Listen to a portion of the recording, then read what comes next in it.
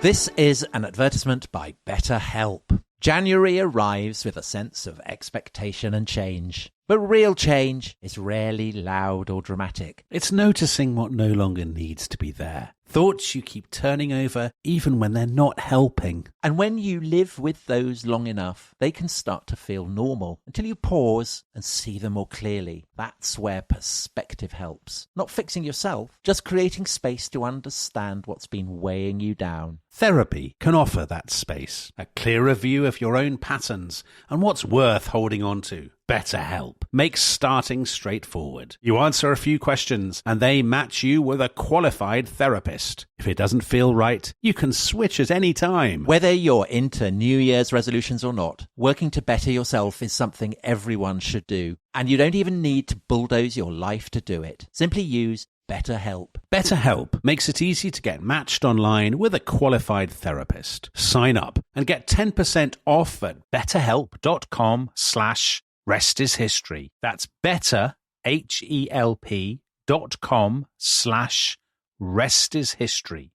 This podcast is brought to you by Carvana. Car shopping shouldn't feel like preparing for a marathon of paperwork. That's why Carvana makes buying and financing your car easy.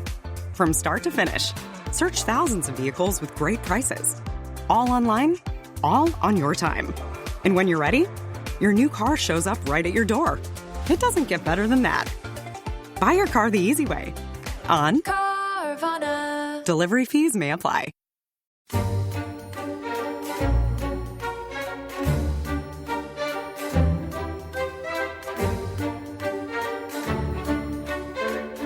We have made you, O Adam, a creature neither of heaven nor earth, neither mortal nor immortal, in order that you may, as the free and proud shaper of your own being, fashion yourself in the form you may prefer. It will be in your power to descend to the lower, brutish forms of life, or you will be able, through your own decision, to rise again to the superior orders, whose life is divine. That is God talking to man in the Oration of the Dignity of Man, written in 1486 by the Renaissance humanist Giovanni Pico della Mirandola. And it is also the way that the comic book writer Grant Morrison ends his book Supergods, a history of superheroes, in which he says they represent our enduring thirst for the cosmic and the sacral. Now, who better to discuss this subject in the very week the new Spider-Man film comes out than our very own Tom Holland? Still, for my money, one of the top two Tom Hollands. Dominic, that is so kind of you. That's so kind of you. So, Tom, you took a tiny bit of... I mean, come on, we've mentioned the sacral, but you took a tiny bit of persuasion to do this subject because the existence of Tom Holland is a running sore, isn't it, for you? Well, I don't begrudge his existence, but I think that I suppose what makes it funny for people, and people have been making jokes about it, for at least seems like an eternity, is that I don't really know anything about superheroes. I mean, I know a bit because you've told me to read Grant Morrison's book, and I realised reading it that occasionally I have stumbled across superheroes, but for some reason. They were never part of my childhood particularly. Yeah. And so, I mean, it's not an ideal way perhaps to start a podcast to say I don't really know anything about the subject. But you do. I think you do. I think you know more than you think. Well, I agree. Because reading Grant Morrison's book, I realised actually I have come across them quite a lot. But for instance, I've never read a superhero comic. All right. Well, prepare to be educated. Prepare to be educated. But before we do that, Tom, the great news of the week, which we haven't talked about yet, the big news is the amazing response to the launch of what I could see as the Avengers of the history world, or the Justice X-Men. League. Yeah, well, the X-Men are mutants, so I don't know whether that's the comparison I go for. Well, I'm betraying my ignorance. Which is the Rest is History Club, the launch of the Rest is History Club. So thank you so much to everybody who signed up. We're delighted to have you on board. To those of you who haven't signed up, why not? Well, there is that, but of course you'll still get your podcast as normal. Of course. So, and it is just £6 a month, but I promise not to mention that again. But Tom, the thing that I've really enjoyed is dipping into the Discord community. Yes, which sounds very superhero. Yeah, very doesn't superhero. it? Yeah, it's like Agents of S.H.I.E.L.D. And it's rather startling because I would not have put you down as someone who was necessarily into dipping into things called the Discord. But it turns out to be your superpower. Yeah. You're really good at it. You've obviously been bitten by a radioactive ant or something. I have. In exactly. the Cotswolds. So in the Rest is History, in the Discord community, they have a whole thread of people in the Rest is History Club who are from the Midlands, a Mercian community. And from East Anglia, I see. There's an East Anglia. You made one. a very rude joke about my. Well, there was one guy who went on. He said, "Is there anyone here from East Anglia?" And I said, "Well, if you've listened to our CIA podcast, you'll know that Liam Neeson will be along in a minute." Yes, very funny. So it's pile into me. My inability to do a Liam Neeson accent and the fact, that I share the name with the actor who plays Spider-Man. Yeah, we should mention we've got bonus episodes coming up. Oh yes, sorry, for our members. So the bonus episodes will be out every week. And this week, so Wednesday, the 15th of December at 8 p.m. 8 o'clock British time. We're doing our first live streamed show for Rest is History Club members, which is all about the 1960s. Looking forward to that? I certainly am. It's a great topic. It's a topic we're both very much interested in. You know a lot more about than I do, but I have views. Yeah, I know you have views. Which I know you'll look forward to hearing all about. I do. So if you can't make it and you're a Rest is History Club member, you will get a chance to access it afterwards. Don't worry. If you're not a Rest is History Club member, well, you won't, but I mean... But you could sign up between now and Wednesday, and then you get to hear it. Where would you sign up, Tom? You'd go to restishistorypod.com. Very good. All right. Enough of the club promotion. Let's talk about superheroes. Do you have a question? I think you have a question that you'd like to ask. I do. It's from SO3 Clausewitz, who put it on the Discord. He did. And he asked, what caused the sudden rise of superhero stories in the mid-20th century? And that's an absolutely banging question with which to kick the show off. So my answer to that would be it's kind of, there's a kind of sort of almost like a boring logistical reason, which is that in 1933 you have the launch of comic books. So a man called Max Gaines, I can't remember, it's called Something Funnies. It's the first sort of comic book. It's a way of using the printing presses. It's cheap. Initially, they're reproducing it's cartoon strips from a 4-color printing process. Yeah, so it's very simple. So it enables that kind of bright, exactly the lurid colors that lurid colors. So it's. I mean, we keep coming to this, that it's kind of technological innovations that then precipitate cultural processes of change. But obviously there are cultural roots to the superhero, aren't there? Longer roots. So, well, yeah, we've had a lot of questions about that. Pedida 4 on Twitter, did the Romans think of mythical heroes the same way? Diogo Morgado, are superheroes in modern mythology? Henry Midgley, do you think there's any genealogical link between the modern concept of superheroes and the Greek hero? Have we modernized Hercules and made him Spider-Man? Hazim, I mean, is modern superheroes' morality and reluctance to take human life a symbol of Christian morality in contrast to the Norse sagas or Greek All right, myths? so Grant Morrison, putting it in his book, basically... All in the context of ancient mythology. He says super gods, he sees them as... He has that thing about the quote from Giovanni Pico della Mirandola about... sort of man caught between the kind of base and the divine, and this sort of humanistic kind of reaching for something beyond and all this kind of stuff. Now, I know that you don't really buy all that, do you? Amazingly, for once, amazingly, you don't see them. You don't see them as Christian. I don't really think it's anything to do with Christianity, and you don't think it's anything to do with Greek myth or Norse myth or anything like that. But okay, let me get the counter argument though, Tom, which you need to dispel is. You've got Thor, you've got a lot of sort of Greek and Roman influences. So Captain Marvel, when Captain Marvel is created, he's one of the first sort of superheroes in the 1940s or whatever. And there's a sort of, he gets his powers from Solomon, Hercules, Atlas, Zeus, Achilles, and Mercury, which is the Shazam. Shazam, exactly. Yeah. Right. I mean, is that link not obvious there, or do you think that's just complete window dressing and it's utterly contrived? Older listeners may remember that in the 70s there was a TV show called Mr. Ben, and the plot of Mr. Ben was that Mr. Ben wore a bowler hat. He'd walk along the street. He'd go into a fancy dress shop, and the shopkeeper would magically appear and lend him a fancy dress outfit. And it might be a Roman soldier or a caveman or a cowboy or whatever.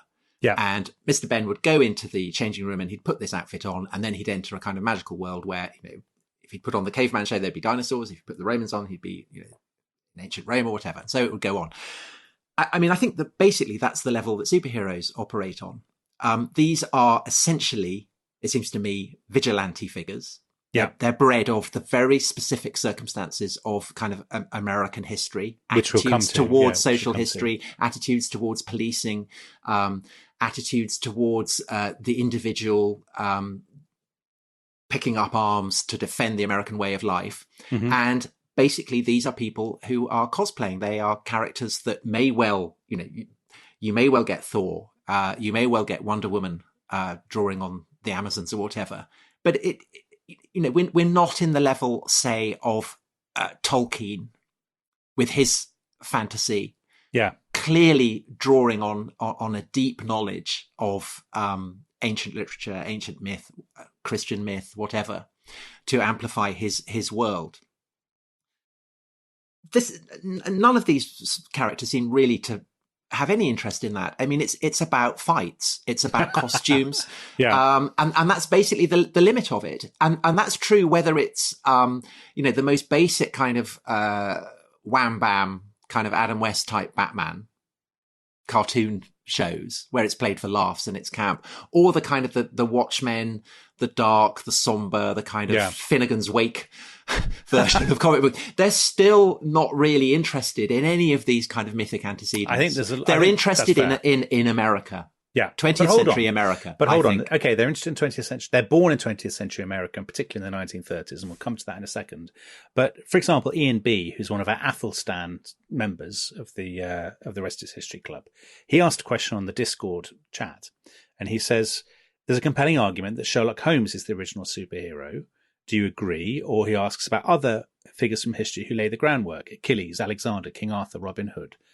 I would say there is some slight lineage, some very faint lineage from Robin Hood, the folk hero, the outlaw who wears a mask and has a hideout and has sidekicks. Yeah. I think Sherlock Holmes, Tom, we talked about Sherlock Holmes as a superhero in our Sherlock Holmes podcast. Well, we know that. And I know that from having read Grant Morrison's book, that the guys who invent Batman say that he has the athleticism of D'Artagnan. So one of the confusingly, he's the fourth musketeer in the Three Musketeers. Yes. And the brain power of Sherlock Holmes. Yeah. So that's a conscious, absolutely so Sherlock Holmes is definitely in the air when they're writing these things. And what I'd also say is that, I mean, we talked about this on the Sherlock Holmes episode, that London is is a character in Sherlock Holmes. In a sense, people's understanding of London is still shaped by that. And I would say that Batman's Gotham City has an analogous role. People call New York Gotham, don't they? Absolutely. I mean, they use the words almost interchangeably. But right the way through, all the way that Batman's being portrayed, New York Gotham is a character in the way that London is a character in the Sherlock Holmes stories. I think that's very true. I think that's absolutely right. But I think there are two other characters actually that are worth mentioning that are definitely there when the superhero creators are working in the late 1930s. One of them, very unexpected actually to some listeners, is the Scarlet Pimpernel. And actually lots of comic book historians say the Scarlet Pimpernel is massive. Yeah, tell us about that. Scarlet Pimpernel was created initially in a play by Baroness Orczy in 1903 and then the book in 1905. So the Scarlet Pimpernel set in the French Revolution. He rescues he's masked, he's incredibly swashbuckling, he's like a musketeer. He rescues French aristocrats from the guillotine. But the interesting thing there, and what makes him clearly an antecedent of later characters, Clark Kent and Peter Parker and so on, is that he has a dual identity. So one is the Scarlet Pimpernel, the superhero, and the other is this foppish, effeminate weed called Sir Percy Blakeney. And he plays up to that part, just like Bruce Wayne does, or just like Clark Kent does. He plays the weed to disguise the French about his real identity. And I think most comic book historians say, Scarlet Pimpernel is huge in the culture of the 1910s and 1920s. They would all have been aware of it. And the other character who he perhaps partly inspires is Zorro. Yes, who was also masked. Yeah, and Zorro was very familiar to us, I would imagine, when we grew up. But I think he's kind of forgotten now, isn't he? Do you think kids now know who Zorro is? There was the film, wasn't there? There was a film recent. Yeah, but that's 25 years ago. Yeah, a long time ago. Yeah, it seems recent to us, but not. I agree. So he's the same thing. He really is a masked vigilante, that he's created in 1919. He has that dual identity, so he's Don Diego de la Vega, but he's also Zorro. He has the Z symbol that he kind of carves into things and stuff with his sword, which is very sort of like the bat symbol or whatever. So I think though they're clearly in the ether in the 30s. But also, I mean, super villains. So I would say Fantomas. Yeah. Who this super criminal who haunts Paris, rather in the way that the Joker and Penguin come to haunt Gotham Fu Manchu, City. I suppose, is a bit and of Fu Manchu, absolutely. Yeah. And this is the kind of intersection point between, I guess, kind of Bond and superheroes. Yeah. Is this idea of global conspiracies? Yes. But whereas the Bond ones are, however baroquely, kind of grounded in contemporary geopolitics. And I know that Superman and Batman do take on Hitler in the war. Essentially, the villains are completely abstracted from contemporary politics. Yeah, they are. I mean, I know. Well, I know that. So Superman at first, though, is a bit more grounded, I would say. Well, I mean, in more recent ones, I know that it is more rooted. But I think kind of, through the 40s, 50s, 60s, these are. I mean, it's for children. Well, let's start with Superman, because Superman's the first canonical superhero, isn't he? I suppose he's born in 1938, middle of 1938, and what makes him emblematic of the sort of story generally is like so many of these superheroes, they're created by Jewish writers and illustrators who are themselves kind of dual identity because they've changed their names often. Right, which is, I think, another reason for not thinking that this is necessarily Christian, because people so often say about Superman, isn't he? He comes from Krypton, which dies, and he's reborn, and all this kind of stuff. Yeah, I mean that's. But some writers have said it's the story of Moses in the bulrushes or whatever. So I think there are elements, perhaps, of that. As there comes to be with Spider-Man as well, that perhaps there are echoes of kind of biblical prophets who are called to save their people. But I think that I really, really think this should not be overdone. I mean, these are basically, it seems to me, fantasies about. Well, so there's a question here from Tom McTague, a very distinguished political journalist for The Atlantic. Are superheroes essentially right-wing conservative as they are romantic fantasies of individual heroism, restoring honour and justice to a decadent world? And that does seem to me basically to be what they're about. You think that's what, but I don't think I think they're cowboys. They're sheriffs cleaning up the town. Let's take Superman. Superman emerges in Action Comics #1 in it's actually in the spring. Throwing a car, isn't he? He's 38. Throwing a car at someone. The issue's dated June, but he appears in the spring. He's the product of two guys. They're very young, and they're Jerry Siegel and Joe Shuster. They have met at high school. Jewish background. Actually, sort of so many of these people have got Ashkenazi, Eastern European, Jewish roots. They've changed their names, and they're frozen out of kind of New York publishing, aren't they? Is that right? Yes, so and that's actually the case of almost all these people, that they have struggled in some way. Their comic books are seen as déclassé. But they go into writing comic books because that's essentially the only way that they can get paid for writing. Exactly. So they create Superman, and Superman. It's 1938, so America is still actually really in the grip of the Great Depression, later than Britain is.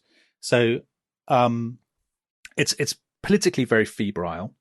The Superman character, the costume, it hadn't occurred to me until I sort of read up on this, that he's based on circus strongmen. Yes, that's why he wears his pants outside. The pants and the tights, I mean, which seems so laughable to us today, at the time was seen as emblematic of great strength, masculinity. Yeah, absolutely. Not at all ridiculous. Because Schuster a bit ridiculous. Is a big fan of strongmen and fitness culture. I mean, it is a bit ridiculous. I mean, it is a kind of showmanship. I mean, you go to a circus knowing that you're seeing something that's not real. But do they see that? Do they see that in the 30s? Do they see that same eyes? I don't think they see it quite the same eyes as we. Well, maybe, but to a degree, I think. But at the beginning, Superman has this sort of social activist side. So he's taking on crooked businessmen, crooked financiers, people who are exploiting the poor. There's a definite kind of liberal New Deal politics. Yeah, to it. but it's also, I mean, why do you have to rely on a Superman to do that for you? Why can't you rely on the police? Why can't you rely on strong trade unions? Is that what you're on strong trade unions? Exactly. You have to turn to this kind of big guy with his pants on. But there are two other political elements. One is that the Clark Kent character, the character of the sort of downtrodden, nerdy guy who comes good, that's quite a theme in kind of interwar culture. The little man, people would call it in Britain. The sort of the underrated, underestimated chap who actually triumphs over all those who've... I mean, that's also, slightly Horatio Alger in America, the kind of the poor boy made good kind of thing. I mean, that's absolutely rooted in the culture of the time. And the other thing is that a lot of people who've written about comic books point out that Superman is, of course, an immigrant. He's a newcomer. And these books... Because he's come from Krypton. And these, well, I mean, okay, he's got to come from somewhere. But these stories are written by people who are often, second-generation immigrants themselves. So Sure. it's the sort of assimilation into the American way of outsiders. Yeah. And that's there in the Superman story. Although, in a way, Superman isn't assimilated, is he? I mean, that's the point. I mean, all these superheroes are not, in the long run, assimilated. And that becomes a theme right the way up to the present day, because X-Men are mutants, Batman's basically a kind of psychopath. I mean, all these people, and the more kind of sophisticated reworkings of these stories make play with the fact that actually there's something slightly difficult about these people in capes and cloaks kind of beating people up. Well, I think so Clark Kent and Superman is presumably a kind of embodiment of the schizophrenic quality, I suppose so, of an immigrant. Yeah. Both belonging and not belonging, I suppose. And that's also true. Talking about schizophrenic. I mean, Batman. So Batman is created, a year later? Bob Kane, who's actually, Robert Kahn, another Ashkenazi Jewish writer. Bob Kane and Bill Finger. So that's Detective Comics in March 1939. Now, Batman is slightly different because he doesn't have a superpower, does he? No. So he really is the Scarlet Pimpernel in Gotham City. He is a rich, feckless aristocrat, or somebody who appears to be that, i.e. Bruce Wayne. And even the Christopher Nolan films have that element to them. His parents have been killed by muggers. Right. And becomes a vigilante. So obviously that's you can see that as reflecting anxieties about crime and all that sort of stuff. And a huge question. Yeah. Why does he dress up as a bat? Well, there's people have sort of there's been lots of arguments about this, because what's interesting with all these characters is there's always subsequent rows between the writer and the illustrator about who the real inventor is. Yes. There's a claim, isn't there, that they got the inspiration for the bat wings from Leonardo da Vinci. Yes, see that? His ornithopter. Yes. His flying machine. But do you know why he's called Bruce Wayne? No. So his name, says Bill Finger, the writer, Bruce Wayne's first name came from Robert the Bruce. Oh, he's Scottish. And he then thought he wanted a name that reminded Americans of colonialism. He tried Adams, Hancock, sort of founding fathers, U.S. and War of Independence figures. And then I thought of Mad Anthony Wayne, who apparently I'd never heard of him, actually. He's a general in the American-U.S. War of Independence. And he gives him that name. So hence, there you go. I had no Bruce idea. Wayne. It's great. Now, Batman what a great podcast this is. I'm learning stuff every day. Batman is, we're both learning. We're learning all the time, Tom. Yeah. Well, I tell you what I learned, and I did think this was amazing, and it's a slight problem because this is a podcast. But the Joker, Batman's long-running adversary, the look of him apparently came from this 1928 silent film, The Man Who Laughs, featuring a guy, Conrad Veidt. Had you seen that before? So I looked it up, and I don't know how they got away with it. It's exactly the same. It is exactly, but that's how all of these comic books work these days. Yeah. I mean, they're seen as very kind of lowbrow kids' entertainment. So obviously they're ripping off things left, right, and centre, and of course they get away with it because no one thinks at the time they're creating franchises that will last the 21st century. They just think this is disposable pulp fiction that will be, almost instantly forgotten. So you have all these. I believe you have a. Do you not have some sort of list of amusing characters who didn't? I do, because of course, Superman and Batman very successful, and presumably turbocharged by the war, right? Yeah, I think so. So they're fighting Captain Hitler, America, Captain America, of course, fighting ultra patriotic and everything. figure. And so through the war, the war years, you have this vast explosion of superheroes, and so there were some that didn't make it. So this kind of Darwinian struggle for superheroes to make it through. So there was Madame Fatal. That's a good name. Who was actually Richard Stanton, a retired actor who fought crime disguised as an old lady.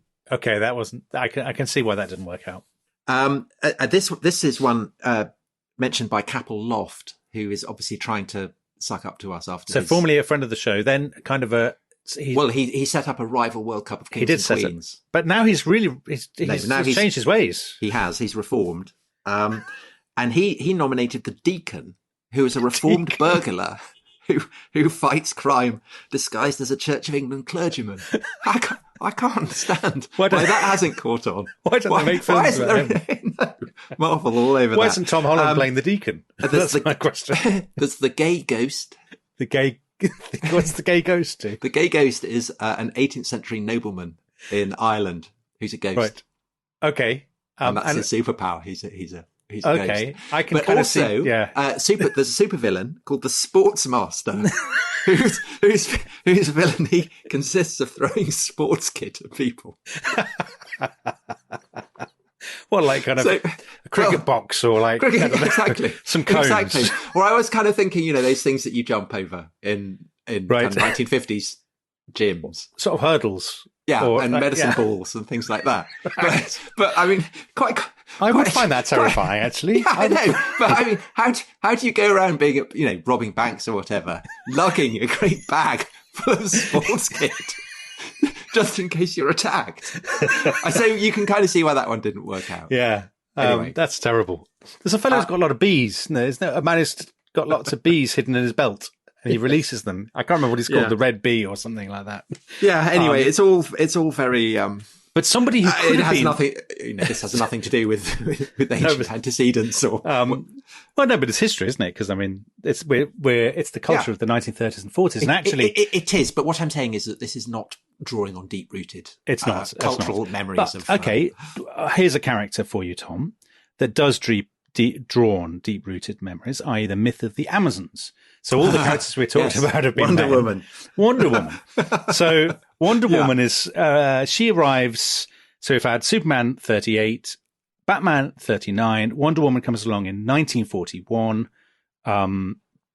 and she is Princess Diana of the Amazons of Themyscira, which is an island inhabited by Amazons. She's the daughter of Queen Hippolyta. Yeah. Yes.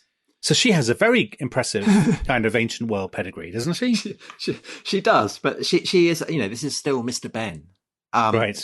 Because actually, what Wonder Woman is drawing on is not deep-rooted memories of ancient Greece, but the fantasies of a guy called William Moulton Marston, who was a professor of psychology. He's said to be the inventor of the lie detector, isn't he? But apparently he ripped it off from his wife. His wife invented it, and he then kind of passed it off. Well, this is an extraordinary story. So he's like a Harvard-educated psychologist who's credited, not least by himself, with having invented the polygraph and doing all this. But he lied. His personality test. Well, ironically, hilarious thing. All these personality tests. So he is married to another psychologist called Elizabeth, but they have it's not even. Yeah, they have. There are three of them in it. They really are three of them in this marriage. Yeah. And they're always tying each other up. Olive Byrne, and they're always doing bondage with each other and stuff. And so a Wonder Woman, of course, has her magic lasso.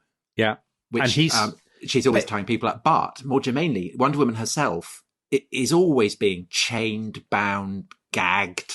And he's completely upfront about this, isn't he? Well, no, but the more he writes them, the more the bondage comes in. Exactly. So there's this great line. At one point, Wonder Woman actually cries out, "Great girdle of Aphrodite, I'm so tired of being tied up." But she isn't really. She loves it. He's utterly upfront about it. So he's fascinated by comic books. He thinks they're the way to... They're very kind of idealistic, kind of highbrow people.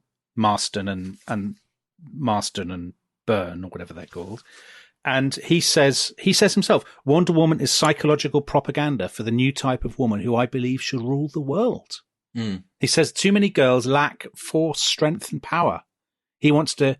The obvious remedy is to create a feminine character with all the strength of Superman, plus all the allure of a good and beautiful woman.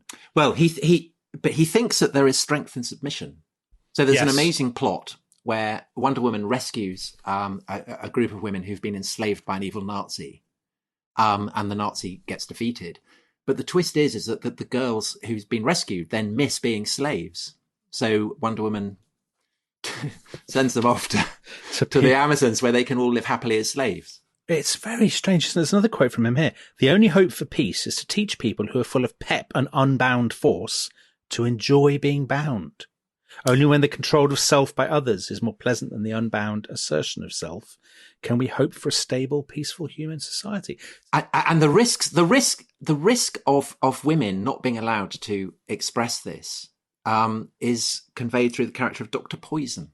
Have you tell me about Dr. Poison? No, so Dr. Poison is an evil supervillain who loves humiliating women, confronts Wonder Woman, and amazingly is revealed to be a woman. Golly, that's whose love of submission has been frustrated and therefore has corrupted her into becoming this evil figure. Yeah, so you can see why there are deep waters, and obviously in the 1950s there was this tremendous backlash, wasn't there? Yes, you can kind of see why. And there's this guy who's himself a psychiatrist, I think, called Frederick Wortham, who writes a book called The Seduction of the Innocent, published in 1954, which causes this tremendous stir. It's taken up by congressional hearings and stuff, where he basically says comic books and superhero stories are corrupting youth. And he says at one point, kids who read Superman won't listen to their parents or teachers because their parents and teachers will seem so weak and bland by comparison. Ergo, we should stamp out Superman. But I mean, that's the kind of the equivalent of saying that we can't allow vigilantes and sheriffs to kind of shoot people in the Wild West. And that exactly proves my point. Well, I mean, the interesting thing is he's loathed and hated by comic book enthusiasts because they see him as having. But obviously, some of the things that he identifies. So he identifies the bondage, and he does identify what some people might see as a slightly fascistic, or you clearly see as a slightly fascistic element to superhero stories. So the idea of a Superman, somebody with powers who takes the law into their own hands. Wortham says in 1954 all this stuff is terrible, and I guess some people today will probably agree with him. I mean, I think that's what's interesting about the turn that public morality has taken, which is that actually it's a reprise of quite a lot of perspectives in the 50s. So now, in the 60s and 70s and 80s, brilliant bondage, woohoo. Yeah. Now it's seen as more problematic again, or is it? These are, and I guess that's why superheroes are interesting, is that they do hold a mirror up to, because they're an incredibly democratic, incredibly popular form, they do hold up a really, really fascinating mirror to the way that neuroses and cultural anxieties and morality panics and virtue spirals operate in the United States over the past century, basically. And you say the United States because it's interesting. There really have, of course, been attempts to have, there was Captain Britain and so on, but they are really specifically American, aren't they? And I think that's why I was never interested in them, particularly. Because you're Americanophobic. They just seem very, very foreign to me. So I guess, I mean, I had no problem reading Asterix. I loved Asterix and Tintin. They seem kind of part of the world that I inhabited. But these, square-jawed men with trilbies in mean streets, I mean, it was a long way from Wiltshire. Well, this is your Ted Heathism, isn't it? Ted Heath would agree with you. Yeah, he would see you as a great, when he was taking Britain into Europe, you as a fellow Wiltshire enthusiast. But I think the other reason why, and this kind of opens up maybe the next stage, but I'll just say this before we go to the break, is that rather like I never took James Bond seriously because I grew up with Roger Moore as James Bond. So also, basically, my introduction to superheroes was Adam West and Burt Ward as Batman and Robin, which was played almost entirely for laughs. Completely for laughs. The bat shark repellent gas. And also the pow wham kind of stuff that appears on screen. Exactly. And the villains. So Vincent Price as Egghead. There was the professor who kept turning into Tutankhamun. I love that. Yeah. There was Cesar Romero as the Joker who refused to shave his moustache. So they paint over it, don't they? Painted over it. And I was watching some of the footage. I hadn't thought about it for years and years, but it was still held up. A routine question. Have you recently sold any war surplus submarines? And if so, to whom? And it's Leslie Nielsen. It's The Naked Gun. Yeah, I can see that. And I think, that's basically why I've never been able to take it seriously. Well, let's hope you take it seriously in the second half, because we will, of course, be coming to your own favourite superhero. Yes, Spider-Man. Spidey. We'll see you after the break. This episode is brought to you by Rocket Money. Tom, we often talk about how to organise our finances. I'm very conscious that I'm paying for a lot of mad subscriptions. And there's one thing that we've talked about often on this show. It's the thing that we probably hate more than any other, and it's a hidden fee. I would love to get my finances under control. There are all these things piling up on our bank statements, and I think I need to fix this problem. I need to sort this out and to stop this. I mean, my finances are so chaotic that I need this app. So I'll tell you what it is. It's called Rocket Money. It's a personal finance app that helps find and cancel your unwanted subscriptions. It monitors your spending and it helps to lower your bills so that you can grow your savings. With Rocket Money, you can track all of your subscriptions and you can easily cancel within the app with just a few taps, saving you time, avoiding charges. And you can also set budgets and goals and get personalized insights and regular reports to track how you're doing. They will even send you real-time alerts for large transactions, upcoming bills, refunds, and even low balances. So let Rocket Money help you reach your financial goals faster. Join at rocketmoney.com/ishistory. That's rocketmoney.com/ishistory. rocketmoney.com/ishistory.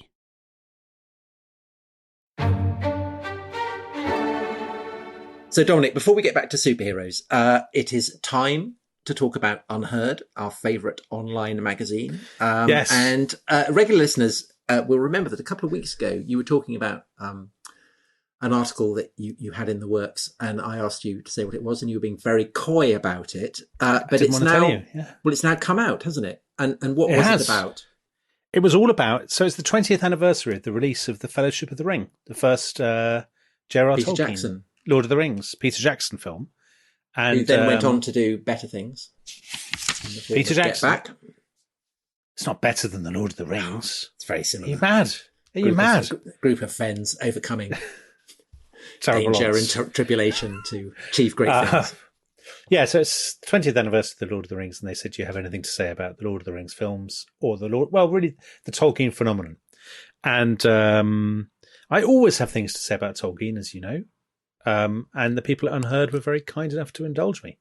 But you're cross because you think I didn't mention, I didn't want to come onto your turf. I didn't mention Christianity. That wasn't cross. I thought it was a wonderful essay, as I'd expect, because you're always wonderful on Tolkien. I just felt that if you're talking about Tolkien's inspirations, you might have mentioned Christianity. But but that's something for maybe a future a future episode for us, a future article for you. Yeah. Anyway, on the topic of Christianity, Unheard are launching a Christmas special offer to celebrate. Oh, that's nice. The birth of the baby Jesus. So that's so great. It could be a present for somebody. So you can gift Unheard membership to a friend or family member for Christmas. I can't believe you're using the word gift as a verb.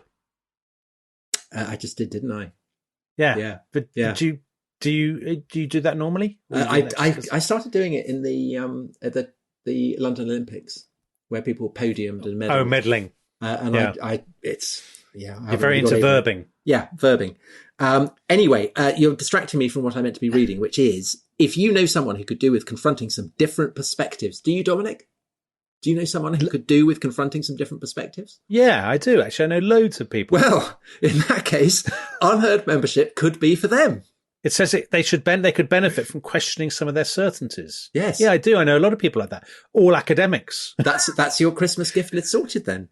Yeah. And there's a special offer which brings an annual subscription down £10 to only £39.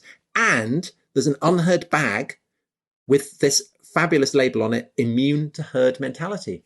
Yeah, it's that double-edged thing though, isn't it? Because if too many people carry that bag, I know, imagine. They might look like...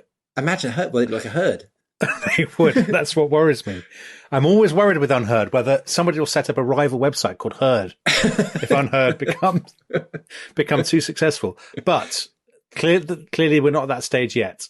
I mean, people should definitely visit unheard.com to find out more, but do so quickly before the herd arrive. Yeah. Okay, and now back to superheroes.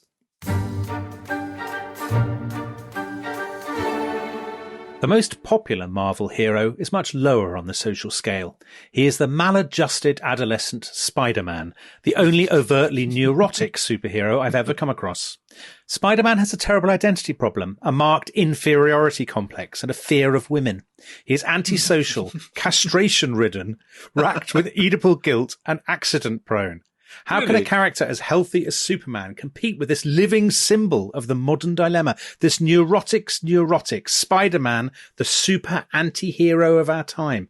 Now, Tom, that was the Village Voice in 1965. Do you want to stand up for your alter ego? I hadn't realised it. I hadn't realised that that's who I was. It's just uncanny, isn't it? It's uncanny. It's eerie. The stuff about castration, for example. I mean, the number of times you brought that up on the podcast, and the Village Voice were on your case. Yeah, that's amazing. So, although as someone said, I mean, Peter Parker was chairman of British Rail, wasn't he, in the 70s? So he went out with Shirley Williams. Shirley Williams had a crush on Peter Parker when they were at Oxford.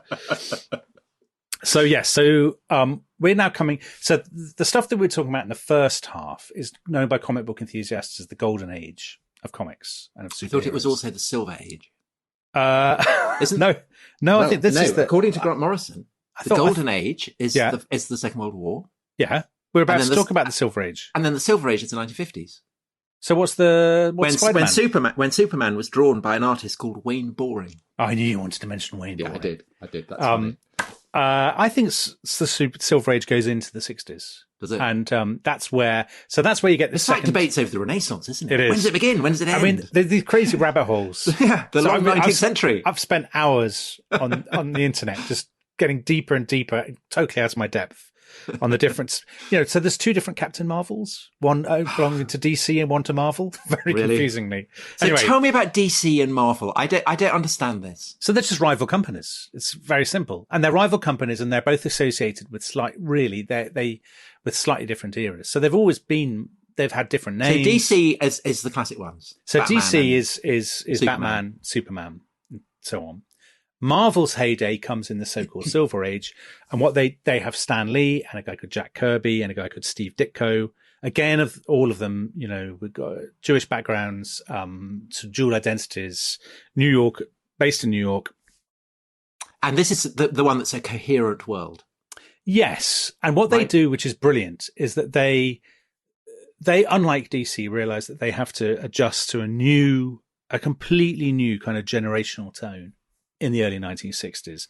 They do it first with a team called the Fantastic Four. My son absolutely adores the Fantastic Four. The Fantastic Four start in 1961. Mr. Fantastic, the Invisible Woman, the Human Torch, and the Thing. And they're a kind of family group. It's very space age, so the earlier ones, Batman and so on, feel very 1930s. These guys are astronauts. They are fighting the communists. They want to get into space. This is against the backdrop of Kennedy, space race, exactly. All that. So scientists, because in the early ones, scientists are kind of villains. Yeah, and they're always. Whereas now, almost all the Marvel heroes of the 60s, science has gone wrong in some way, but science is also their friend and their weapon. And actually, there's the US State Department supposedly had said to publishers, "We want you to push science. We want you to embrace science," because they were, they that obviously mattered in the context of the technological competition with the Soviet Union. And Spider-Man gets bitten by a radioactive spider, right? Exactly. I know this from. So the Fantastic Four are terribly successful, and they're scientific, and they also bicker among themselves. They're a sort of not realistic, but you know what I mean. They're slightly more naturalistic kind of family group. Now, Spider-Man takes Peter Parker, who would normally have been a sidekick, i.e. Robin, and it places him center stage with no mentor. So he's a teenager. It's the first one where the teenager... But isn't his mentor, what's his name? Uncle Ben. No. The guy who dresses up in metal. Iron Man. Dresses up in metal. It's like listening to my dad describing Star Wars or something. I know. Implausible. There are two metal men. I think Robert Downey Jr. He is in the films, but I don't think he is in the comic books. Is he not? Or at least not early on in the first. Okay. But one of the interesting details I enjoyed reading in Grant Morrison's book was that Peter Parker apparently designed his Spider-Man outfit to look good on the Ed Sullivan Show. Yeah, which is what the Beatles then appeared on. Of course, yeah. So spiders, Beatles.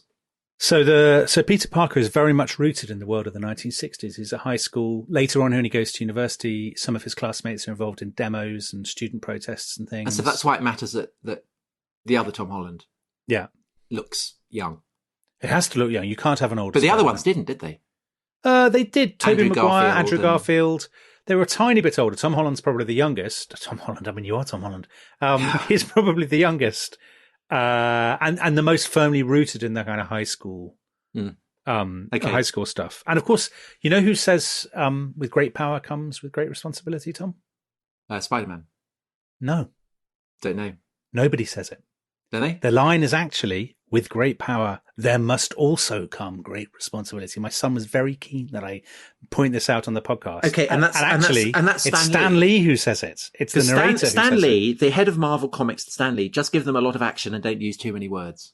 Yeah, so they're quite kinetic. They're sort of updated for the 60s. Okay, but Dominic, convince me that this is of any interest at all from a historical point of view. I mean, it's all very interesting, yes, whatever. But so what?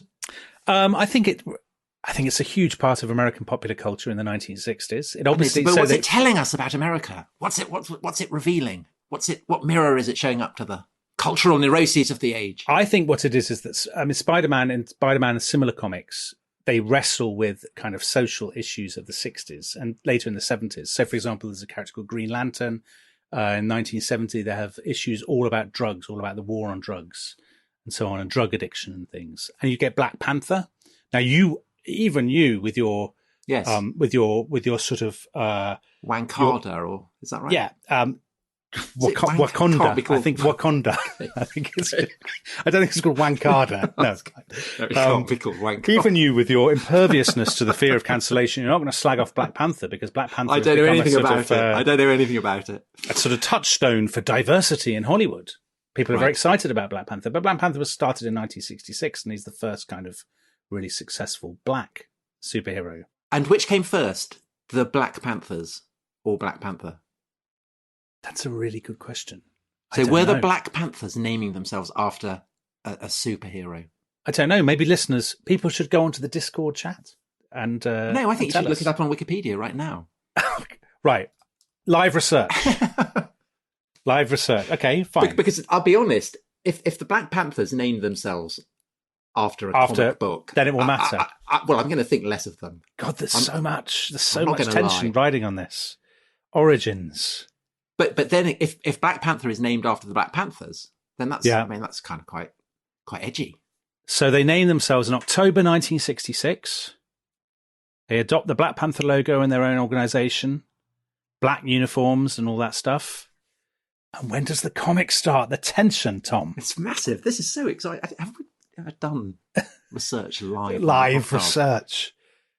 July 1966. Black Panther comes first. The character. There you go. Then I think, well. So I've been utterly vindicated. Tom now recognizes that comic books do matter enormously. Yes, I do.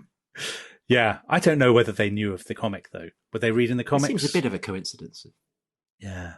Well, anyway, Black Panther now really matters. I mean, Black Panther is seen as probably more than anything that Hollywood has done in the last 10 or 20 years. And, you know, as an embodiment of its newfound kind of progressiveness. So when the Black Panther film came out, it was nominated for Oscars and stuff. And it's absolutely seen as emblematic of a kind of new multiracial kind of popular culture. So there you go. And also, Tom, actually, talking about comic books and superheroes as a mirror, they absolutely are a mirror, because in the 30s and 40s you have. I know they are. That's what I was saying. That's Superman, why I was trying to get you back on track. You have Superman type heroes. Yeah, in the 60s you have teenagers. Then in the 70s they turn inwards, and a lot of characters start getting killed off. And then in the 80s you have this whole new kind of wave. So go on. Tim Burton.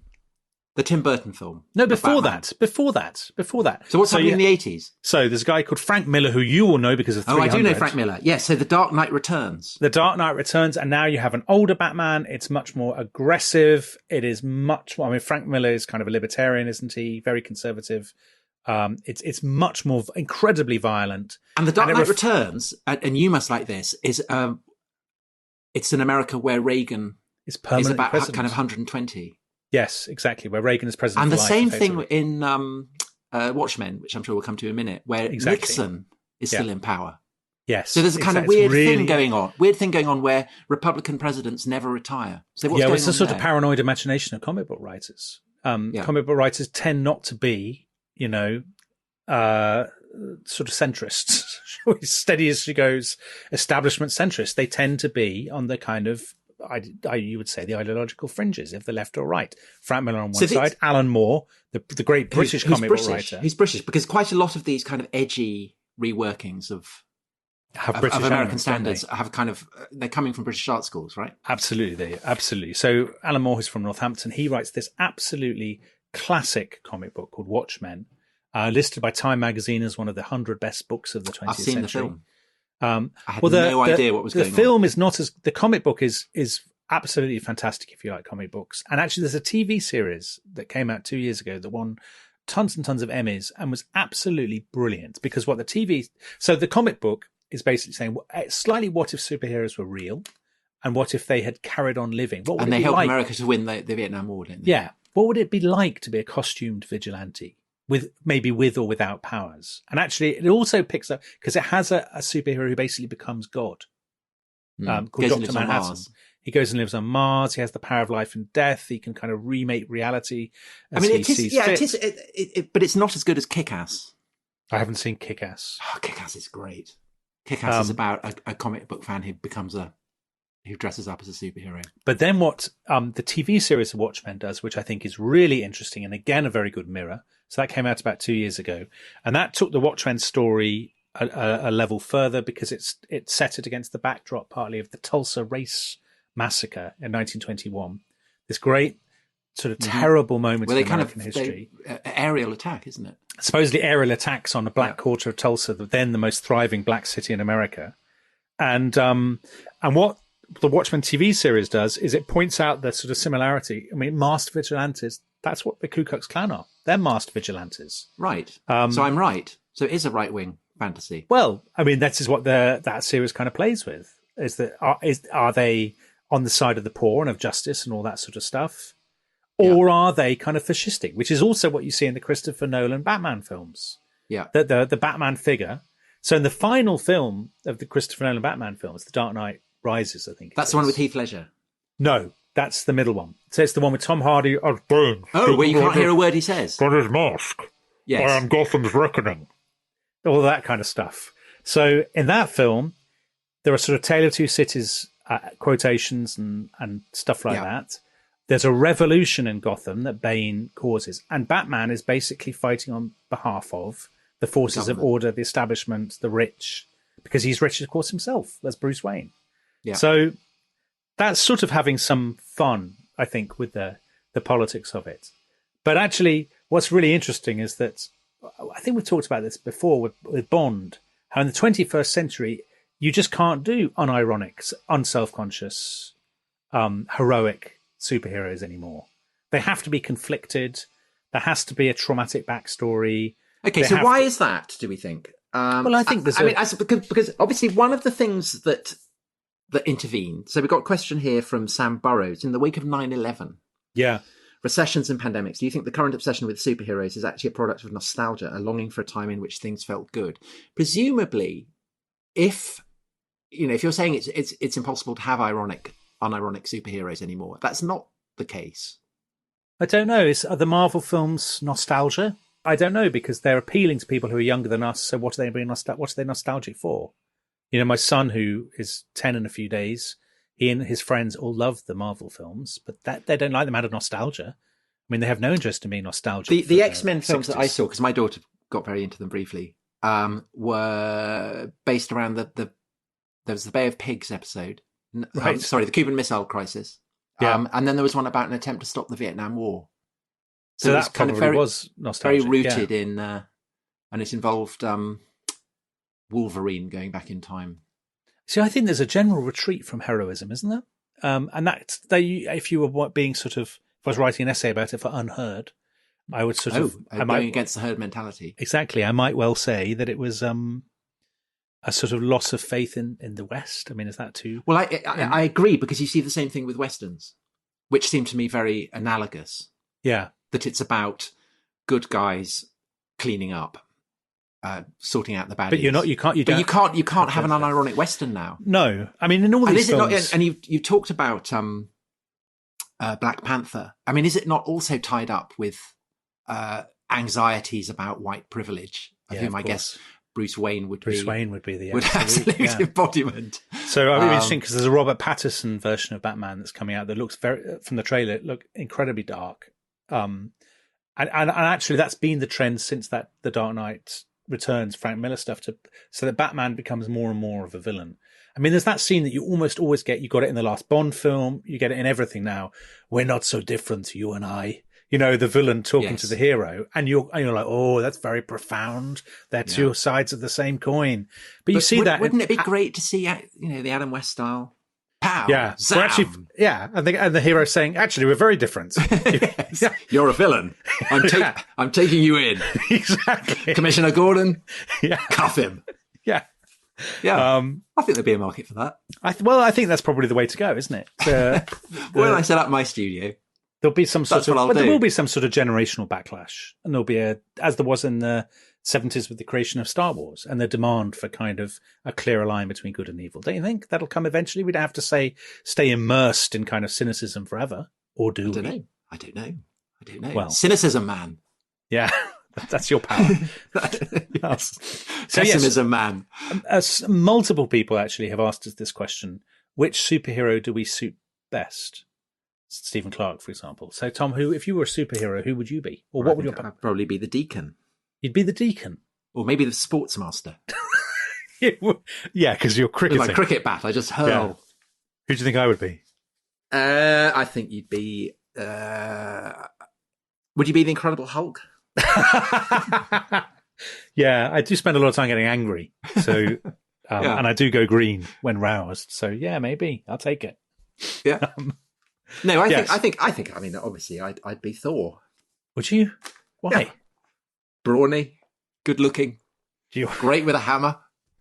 I'm tempted to do my impersonation of Anthony Hopkins throwing you out of Asgard, but I won't. I have no idea what you're talking about. No, you don't. Right? Have I convinced you that superheroes matter? That they're historically interesting? I think so. Until you slightly went off piste in the '60s, and I don't think they really matter now. Well, that wasn't off piste. I think their emergence, the early stuff. I think that's interesting. Yeah, you don't think the '60s stuff is interesting? Not particularly, no. Shocking. I think I don't. I think when we did a whole episode about teenagers, and Peter Parker is nothing if not a teenager. He's a teenager. Yeah, but so what?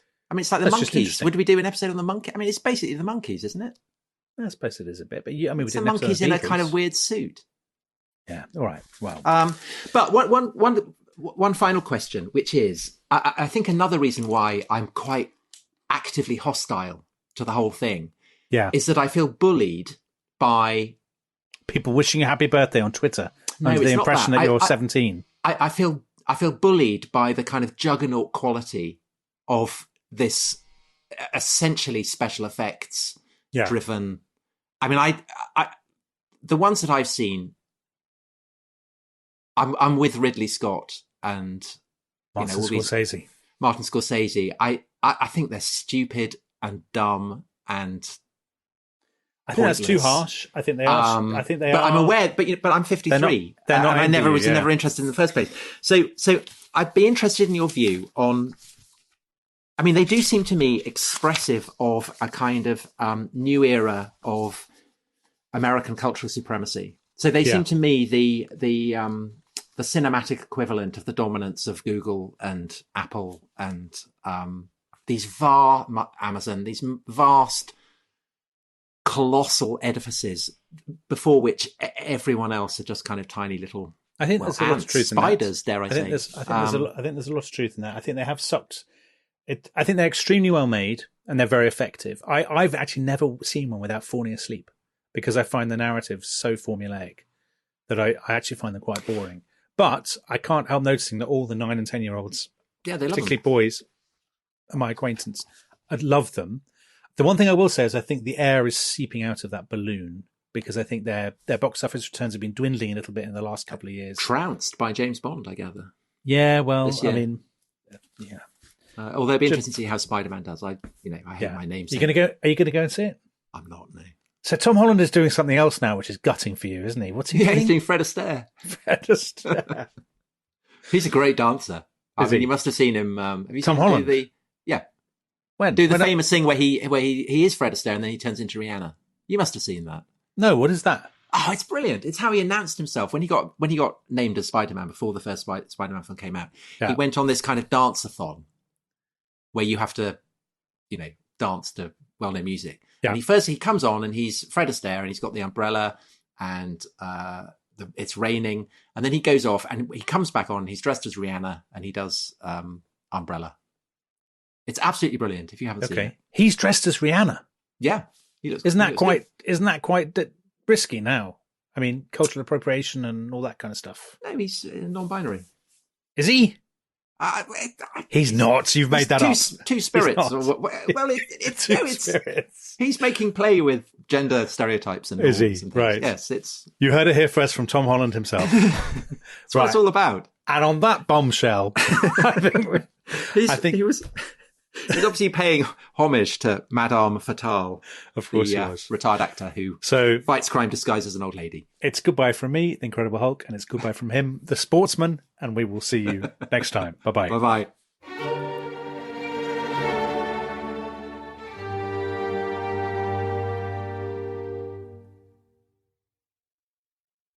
Thanks for listening to The Rest is History.